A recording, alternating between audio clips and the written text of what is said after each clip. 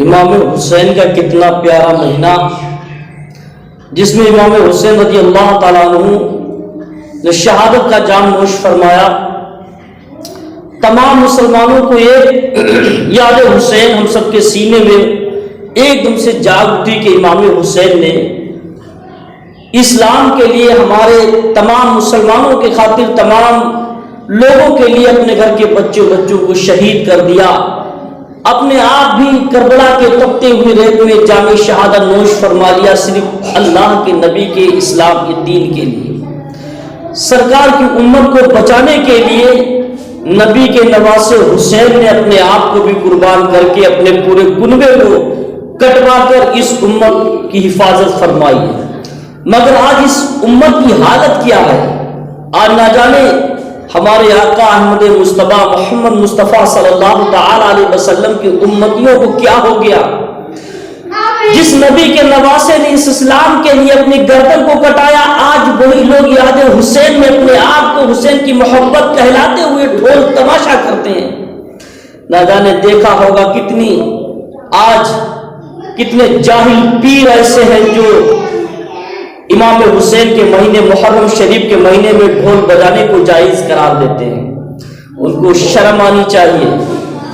اور امام حسین کی محبت کا نام صرف ڈھول ہی نہیں ہے، اکثر ڈھول بجانے والے جواری شرابی ہوا کرتے ہیں۔ ابھی میں نے ایک جگہ دیکھا کہ ایک اپنے آپ کو حافظ کہلاتا ہے اور وہ ڈھول کا لیے ہوئے ڈھول بجا رہا ہے، اور اتنی ایسی ڈھول بجا رہا جسے دیکھ کر لوگ بتا رہے تھے کہ حیرت ہوتی تھی یہ حافظ قرآن ہوگا۔ اس لیے عوام بھی چیز کو اچھا نہیں سمجھتی ہے، عوام بھی چیز کو برا سمجھتی ہے، کرتی ضرور ہے مگر اس کو برا سمجھتی ہے، ایسا کرنا صحیح نہیں ہے۔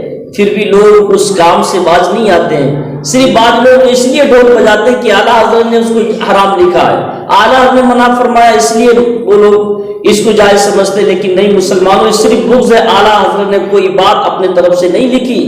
اعلیٰ حضرت نے جو ڈھول کو جائز کیا تو صرف وہ اپنی طرف سے جائز نہیں کیا ہے، اعلیٰ حضرت نے اس کو منع کیا کہ اس طریقے سے نہ تعزیہ داری کرو، اس طریقے سے ڈھول تماشا نہ کرو۔ اعلیٰ حضرت نے کوئی بات اپنے پاس سے نہیں لکھی ہے، اعلیٰ حضرت نے باقاعدہ دلائل کے ساتھ کو ثابت کیا ہے، مگر ایک بغض کینہ اندر سے بولتا نہیں بریلی کے احمد رضا نے ایسا لکھا اس لیے ہم نہیں اس کو مانیں گے۔ لیکن یہ تمہارا بغض و حسد تمہارے ساتھ تمہیں قبر تک لے جا کر بھی نہیں چھوڑے گا، تمہیں قبر میں بھی تمہارے ساتھ یہی ہوگا۔ اعلیٰ حضرت کا راستہ ہی جنت کا راستہ ہے۔ اگر واقعی کوئی سچا حسینی ہوگا تو وہ اعلیٰ حضرت کے راستے پر چلنے والا ہوگا۔ اگر اعلیٰ حضرت کے راستے کا پابند ہے تو واقعی وہ امام حسین رضی اللہ تعالیٰ عنہ سے سچی محبت کرنے والا ہے، کیونکہ حسین سے محبت کرنے کا صحیح راستہ اور صحیح طریقہ اگر کسی نے بتایا تو بریلی کے امام احمد رضا نے بتایا ہے۔ اعلیٰ حضرت نے بتایا کہ حسین سے محبت کیسے کی جائے، اعلیٰ حضرت نے بتایا صحابہ اکرام سے محبت کیسے کی جائے، ابو بکر صدیق کی محبت کا طریقہ کیا ہے، عثمان غنی سے محبت کرنے کا طریقہ کیا ہے، عمر فاروق اعظم سے محبت کرنے کا طریقہ کیا ہے، حیدر کرار سے محبت کرنے کا طریقہ کیا ہے، اہل بیت اطہر کی محبت کیا ہونی چاہیے، ان کا ادب کیا ہونا چاہیے، یہ بریلی کے تاجدار نے بتایا ہے۔ مگر بریلی والوں کی بات نہیں ماننا، بریلی کی اعلیٰ کے بغض کی بنیاد پر یہ سارا بغض و حسد ہے۔ لیکن مسلمانوں پھر میں دعوے کے ساتھ کہتا ہوں کہ اعلیٰ حضرت کا راستہ، مسلک اعلیٰ حضرت واقعی یہ جنت کا راستہ ہے۔ جو اعلیٰ حضرت کے راستے یعنی مسلک اعلیٰ حضرت پر چلتا چلا گیا تو سمجھو وہ ایک نہ ایک دن جنت تک پہنچ جائے گا، اور جو ذرہ برابر مسلک اعلیٰ حضرت سے پھرا ہوا ہے، اعلیٰ حضرت کا بغض اگر ذرہ برابر اس کے سینے میں موجود ہے تو جنت تو کیا، جنت کی بو سے بھی محتاج رہے گا۔ اعلیٰ حضرت سے محبت، اعلیٰ حضرت کو دل سے چاہنا، اعلیٰ حضرت کے بتائے ہوئے طریقے پر چلنا، یہ تمام اللہ والوں کی محبت کی علامت ہے۔ اسلام کا صحیح راستہ یہی ہے کہ جو راستہ اعلیٰ حضرت نے بتایا، اعلیٰ حضرت نے کوئی اپنا راستہ نہیں بتایا ہے، اپنے پاس سے گڑھ کے راستہ نہیں بتایا ہے، انہوں نے قرآن حدیث سے ثابت کر کے بتایا کہ اہل بیت سے محبت کرنے کا کیا طریقہ ہے، تمام اولیاء اللہ کے بارگاہ میں ادب کیا ہے، یہ سب اعلیٰ حضرت نے بتایا، باقاعدہ دلائل کے ساتھ بتایا ہے۔ اعلیٰ حضرت رضی اللہ تعالیٰ عنہ ان ایک مرتبہ آپ کے ساتھ آپ کے خلیفہ برہان الدین علامہ برہان الدین صاحب آپ کے ساتھ تھے، ایک اللہ والے رہتے تھے ممبئی باندرا کے اندر، بہت بڑے اللہ والے تھے، بہت بڑے، جب چاہیں وہ بیت اللہ شریف جایا کرتے، جب چاہیں وہ خانہ کعبہ کا طواف کیا کرتے تھے، جب چاہتے تھے سرکار کے روزے پر حاضری آپ دیا کرتے تھے۔ اتنا پاور اللہ نے ان کو دیا تھا، ایک قدم اٹھاتے تھے باندرا سے تو مکہ شریف میں پہنچ جاتے، دوسرا قدم اٹھاتے تو مکہ سے باندرا میں آ جاتے. یہ اللہ والے اتنی پہنچی ہوئی شخصیت تھے. اعلیٰ حضرت امام محمد رضا خان فاضل بریلوی، ان سے ملاقات کرنے کے لیے آپ باندرا ممبئی کے لیے سفر کیا. آپ کے سفر کے ساتھی کون تھے؟ علامہ برہان الدین صاحب بھی تھے اور امام احمد رضا خان تھے. یہ امام احمد رضا خان کے خلیفہ تھے برہان الدین. جب میرے اعلیٰ حضرت ان سے اللہ والوں سے ملاقات کرنے کے لیے نکلے، لیکن ایک بات اور یاد رکھو، جو اللہ والا ہوتا ہے روشن ضمیر بھی ہوا کرتا ہے. یہاں سے اعلیٰ حضرت بریلی شریف سے نکلے تو جب باندرا میں بیٹھے اللہ والوں کو معلوم چل گیا مجھ سے بریلی سے ملنے کے لیے امام احمد رضا آ رہے ہیں، مجھ سے کوئی بریلی سے ملنے کے لیے بڑے مولانا صاحب آ رہے ہیں. ان اللہ والوں نے بڑے انتظامات کیے اعلیٰ حضرت کے خیر مقدم کے لیے. جب اعلیٰ حضرت ان کے دیار میں پہنچے، جب ان کے دروازے پر پہنچے، جیسے دروازہ کھلا ان اللہ والوں نے اعلیٰ حضرت کو دیکھ کر بڑا آپس میں مصافحہ معانقہ کیا. کرنے کے بعد سلام و دعا ہوئے، آپس میں بیٹھے. بیٹھنے کے بعد میں مختصر میں آپ کو بتا رہا ہوں، وقت کی قلت ہے.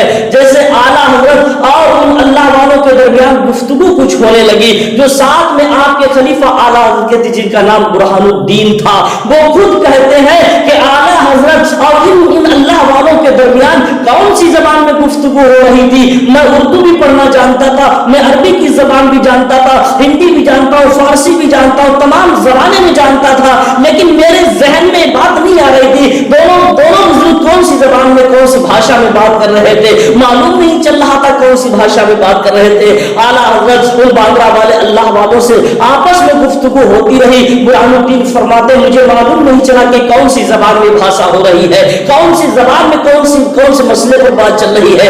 آپس میں بات ہوتی رہی. جب اعلیٰ حضرت ان کے دیار سے رخصتی لی، اعلیٰ حضرت جب ان کے مکان سے نکلے، اعلیٰ حضرت جیسے آگے دروازے کو کراس کیا، برہان الدین کہتے میں بھی اعلیٰ حضرت کے پیچھے تھا. میں نے سمجھ لیا اعلیٰ حضرت جس سے ملنے کے لیے آئے ہوں گے یہ کوئی چھوٹا موٹا اللہ والا نہیں ہوگا، یہ کوئی چھوٹا موٹا کوئی پیر نہیں ہوگا، یہ کوئی ڈھکوسلا بنانے والا نہیں ہوگا، یہ واقعی اعلیٰ حضرت جس سے ملنے کے لیے آئے ہوں گے یہ واقعی کوئی اللہ کا سچا ولی ہوگا. برہان الدین فرماتے ہیں کہ اعلیٰ حضرت کے پیچھے میں چل رہا تھا. اعلیٰ حضرت جیسے ان کے گھر سے باہر نکلے میرے ذہن میں ایک بات آئی، کیوں نہ میں ان کے پاس جاؤں اور ان سے کہوں کہ مجھے کوئی نصیحت کر دیجئے گا، مجھے کوئی ایسی باتیں بتا دیجئے گا جس پر میں عمل کروں اور میں کامیاب ہو جاؤں. برہان الدین فرماتے ہیں میں فوراً پلٹ کر اللہ والوں کے پاس گیا. میں نے اس اللہ والے سے کہا مجھے کوئی نصیحت کر دیجئے گا. انہوں نے کہا نصیحت کرنے کی بات کرتے ہو، کوئی اچھی باتیں سیکھنا چاہتے ہو؟ برہان الدین نے کہا ہاں واقعی مجھے کوئی ایسی بات بتا دیجئے گا جس پر میں عمل کروں، میں دنیا میں بھی کامیاب ہو جاؤں آخرت میں بھی کامیاب ہو جاؤں. تو برہان الدین فرماتے ہیں ان اللہ والوں نے کہا اے مولانا دیکھ رہے ہو وہ بریلی کے بڑے مولانا جا رہے ہیں، ان کے پیچھے چلتے چلے جاؤ تو تم جنت تک چلے جاؤ گے، ان کے پیچھے چلے جاؤ گے کامیابی کے راستے پہنچ جاؤ گے.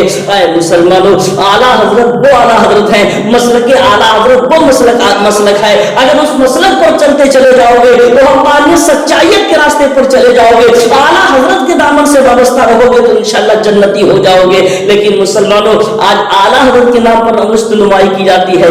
آج دیکھا ہوگا کتنے محرم شریف کا مہینہ ڈھول ڈباڑی بجانے والے، یہ صرف اکثر لوگ جو چہروں پہ داڑیاں رکھائے ہوئے، ٹوپیاں لگائے ہوئے ہیں، جو اپنے آپ کو عالم و حافظ بھی کہتے ہیں، اپنے آپ کو پیر بھی کہتے ہیں، مگر ڈھول تماشے میں آگے ہوا کرتے ہیں. لیکن جب ان کی بات آتی ہے تو ان پر کسوٹی کسی جاتی ہے کہ تم نے کس طرح سے اس کو جائز قرار دے دیا، تو یہ بگلے جھانکتے ہیں، اپنی راہ فرار تلاش کرنے لگتے ہیں، یہ بچنے کی شکیں ڈھونڈنے لگتے ہیں کہ میں نے رخصتی اعتبار سے کہا تھا، میں نے اعلان کے اعتبار سے کہا تھا، لیکن تم نے قوم کو تو گمراہیت کے راستے پر ڈال دیا. قوم رخصت کو کیا جانے، قوم اعلان کے طریقے کو کیا جانے. اعلان صرف محرم کے مہینے میں ضروری نہیں ہوتا ہے، اور بھی ماہ میں اعلان کیا جا سکتا ہے. محرم کے مہینے میں خاص کر اس بات کو بیان کر دینا یہ قوم کو گمراہیت کے راستے پر ڈال دینا ہے. بعض لوگوں نے قوم کو گمراہیت کے راستے پر ڈالا ہے. اگر واقعی انہوں نے غلط طریقے پر ڈالا ہے، اگر سارے قوم کا اتنا گناہ ہے جس کی بنیاد پر تقریر کی بنیاد پر قوم گمراہیت کے راستے پر چلی ہے، جتنا گناہ قوم پر ہوگا اتنے گناہ صرف اس واحد انسان پر ہوگا. ایک طرح انسان پر سارا گناہ لادا جائے گا. اللہ تعالی ہم سب کو ہدایت عطا فرمائے اور حق اور سچائیت کی راستہ عطا فرمائے.